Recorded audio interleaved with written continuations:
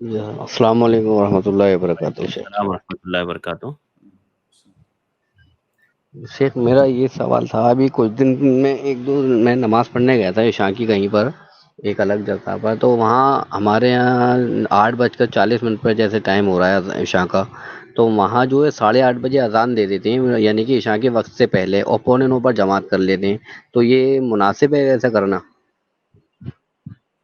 دیکھیے بھائی، آپ کہاں پہ ہیں اور وہاں پہ عشاء کا ٹائم کب ہوتا ہے، کیونکہ الگ الگ جگہوں پر عشاء کا ٹائم الگ الگ ٹائم پر ہوتا ہے، تو اب یہ آپ ہی بتا پائیں گے کہ وہاں پر عشاء کا ٹائم کب ہوتا ہے۔ 8:40 8:40 پہ بھائی کہہ عشاء رہے کا ہیں کہ ٹائم ہوتا 8:40 ہے۔ پہ عشاء کا ٹائم ہوتا ہے، ٹائم سے پہلے اذان دی جاتی ہے اور ٹائم ہونے کے بعد نماز پڑھی جاتی ہے۔ نہیں بالکل نہیں۔ دیکھیے، اذان ٹائم ہونے کے بعد ہی اذان دی جائے گی۔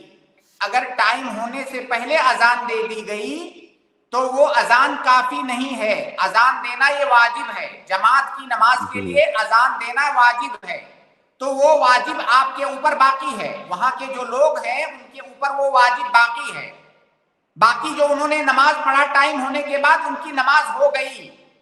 تو اذان جو ہے صحیح قول کے مطابق یہ اذان واجب للصلاح ہے، واجب فی الصلاح نہیں۔ واجب للصلاح کا مطلب یہ ہے کہ نماز پڑھنے کے لیے اذان دینا واجب ہے، اور واجب فی الصلاح کا مطلب کہ اگر آپ نے اذان نہیں دیا تو نماز آپ کی صحیح نہیں ہوگی۔ تو اذان نہ دینے سے نماز باطل نہیں ہوگی، نماز صحیح ہو جائے گی، لیکن اذان کا جو وجوب ہے اس کو چھوڑنے پر گنہگار ہو گیا۔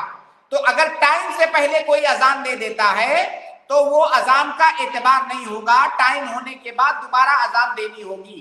باقی جو ٹائم ہونے کے بعد نماز پڑھی گئی ہے بغیر اذان کے، وہ نماز صحیح ہے۔ جی ٹھیک ہے فرحان صاحب۔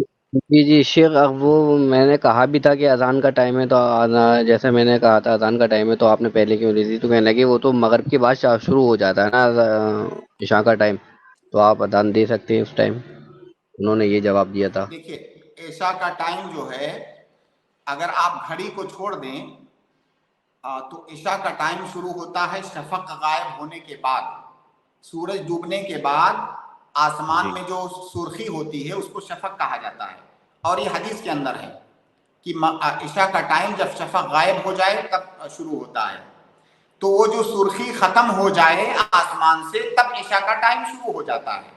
تو آپ وہاں پر جہاں پر بھی رہتے ہیں کہیں باہر نکل کر کے آپ گھڑی اپنے سامنے رکھیے اور دیکھ کر کے آپ اندازہ لگا سکتے ہیں کہ شفق کب غائب ہو رہا ہے وہاں پہ۔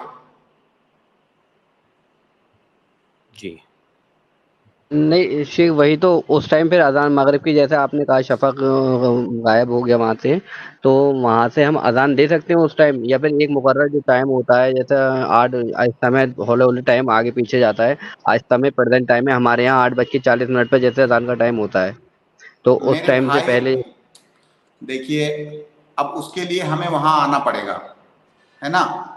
باقی میں نے آپ کو اتنا واضح طور سے رول بتا دیا کہ شفق غائب ہونے کے بعد عشاء کا وقت شروع ہو جاتا ہے۔ اب وہاں کتنے بجے شفق غائب ہوتا ہے وہ وہاں کے لوگ ہی بتا پائیں گے، مجھے نہیں معلوم۔ جیسے گھڑی ہمیشہ تو نہیں تھی، گھڑی کے ٹائم سے جو ہم اذان دیتے ہیں وہ جو علامات ہیں ان علامات کو گھڑی کو دیکھ کر کے گھڑی کا ٹائم سیٹ کیا گیا ہے اذان کے لیے۔ جی تو اب اگر آپ کے یہاں حقیقت میں 8:40 پہ شفق غائب ہوتی ہے تب اسی وقت جو ہے اذان کا ٹائم شروع ہوگا، لیکن اگر اس سے پہلے شفق غائب ہو جا رہا ہے لیکن لوگوں نے 8:40 احتیاطاً کچھ تاخیر سے بنا رکھا ہے تو اس کا اعتبار نہیں ہوگا۔ اصل شفق غائب ہونے کا اعتبار ہے۔ اگر کسی نے کیلنڈر میں آدھا گھنٹہ لیٹ لکھ رکھا ہے کہ بھائی ہمارے یہاں اذان جو ہے آدھا گھنٹہ ہم عشاء کی اذان لیٹ دیں گے، یہ جائز ہے، کیونکہ عشاء کا وقت تو آدھی رات تک رہتا ہے، آپ اس سے پہلے کبھی بھی اذان دے سکتے ہیں، لیکن ٹائم ہونے کے بعد اذان دینا ہے، تو لہٰذا آپ وہاں پر تحقیق کیجئے۔ میں نے بہت کلیئر آپ کو بتا دیا کہ شفق غائب ہونے کے بعد عشاء کا وقت شروع ہوتا ہے۔ اب آپ دیکھیے وہاں پر شفق کب غائب ہوتا ہے۔